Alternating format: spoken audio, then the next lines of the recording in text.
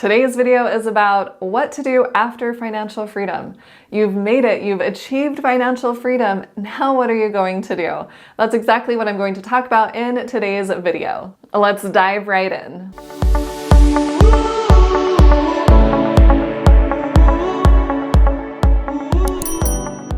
All right, I want to discuss exactly what you can do after achieving financial freedom so that you don't feel like you are lost or you just don't have a place in life anymore, but so that you can really make the most of it. I'm going to share what I have done after achieving financial freedom. And I want to share this video because I get a lot of questions with people just asking, well, if I achieve financial freedom, then what am I going to do? I don't even have to go to work. I'll be so bored. But the thing is, by achieving financial freedom, you have the freedom to choose exactly what you want to do. So the first thing that I did was to reassess my own goals and my own priorities. We've been so focused on our job, and that's really what we associate ourselves with. People ask, oh, what do you do? So you tell them exactly what your job is. And maybe working isn't going to be one of your priorities anymore. So think about what you really want to spend your own time on and what your goals are now. Because by achieving financial freedom, you now have the option to choose what you spend your time on. You don't have to focus on making money. Financial freedom provides you with that opportunity to pursue your dreams and your passions and your aspirations without the limits of the financial constraints. Something that I did was take a look at what my values are. What is it that I truly value? And what is it that I am passionate about? What do I really want to spend my time on? And what are my goals now that I already achieved the goal of financial freedom? For me, I'm passionate about helping others achieve financial freedom. And that is why I am still doing my business so that I can help people achieve financial freedom and also figure out what to do after financial freedom. But find something that is meaningful to you. And you don't have to create your own business. You can just spend your time on whatever it is you want to be spending your time on. To give you an example, both of my parents are retired and my dad loves going geocaching. He goes geocaching all of the time. He loves spending his time doing that. And my mom really likes to sew, so she spends a lot of her time sewing. And while you are thinking about what you want to spend your time on, make sure and still set some goals. Set something that you want to work toward so that you feel like you are still accomplishing something. For me, one of my goals was to publish my second book, which I am going to leave a link to below in the description. It's called You Will Be Financially Free. I wanted to share my journey to financial freedom because I want other people to achieve financial freedom.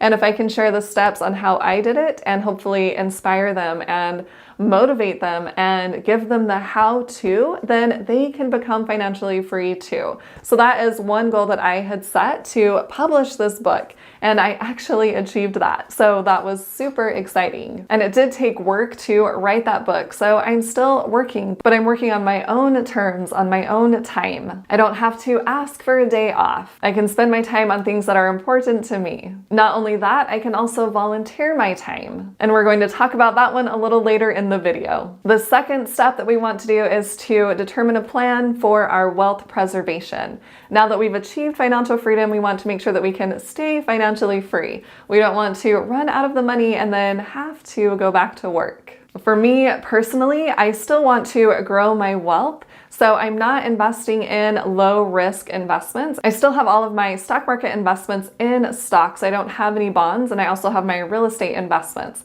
but I'm okay with that risk. So determine how risky you want to be. And that way you can decide, if you do have all of your investments in stocks, that maybe you want to take a certain percentage of those stock investments and switch it over to bonds so that you can preserve your wealth.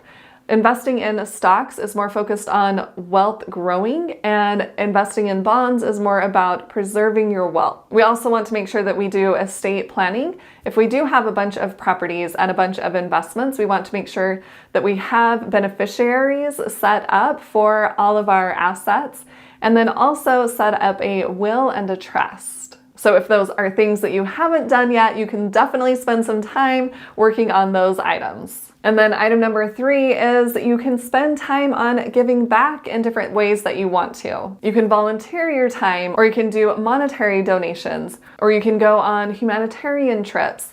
I've done a couple of humanitarian trips, which were fantastic. They provided me with the opportunity to see what people were living like. I did it to Guatemala and Belize and also Panama. So I was able to donate my time, and not only that, we did some fun things while we were on our trips as well. And right now I volunteer at the Family Search Library, so I help people with their family history. So you can pick one way or even multiple ways that you can do that. And then the fourth item on what to do after financial freedom is to continue to learn and grow. You can continue to develop your own skill sets and continue with your personal growth. I know that I listen to a lot of different books, or even one book a lot of times, but I haven't stopped learning or growing. And especially with running my own business, I am learning a lot of things about growing a business. If we are doing this, then we are not just staying stuck and we feel like we are still progressing, even though we are not going to a 9-to-5 job and learning skills on the job. And that is another thing that I want to say. If you are financially free, it doesn't mean that you have to quit working.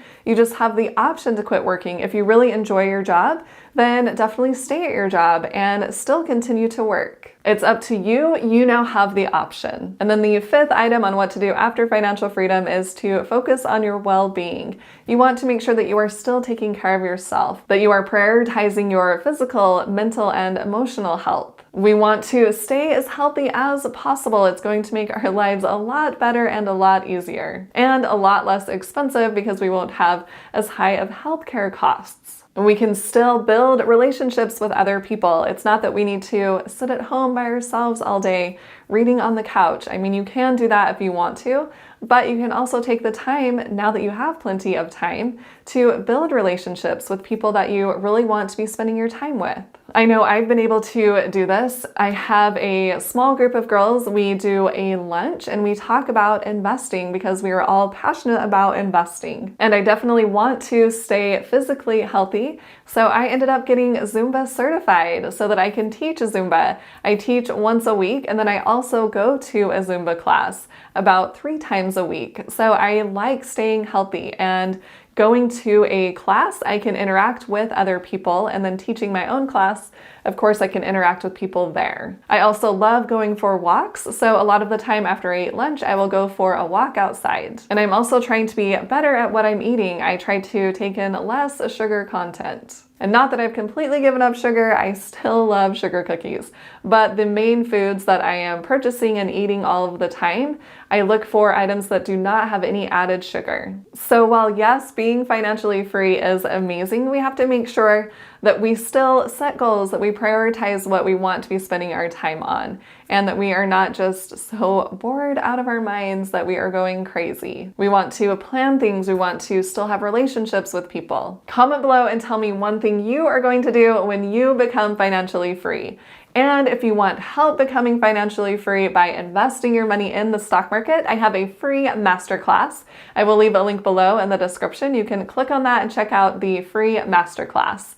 And if you found this video helpful, please hit that like button and share it with someone else who would like to hear this information. And hit the subscribe button to subscribe to my YouTube channel, and hit the little bell to get notified on when I post new videos. And if you want to see even more awesome content from me, make sure and check out the videos on the side of the screen. Thanks so much for watching. I'll see you in the next video.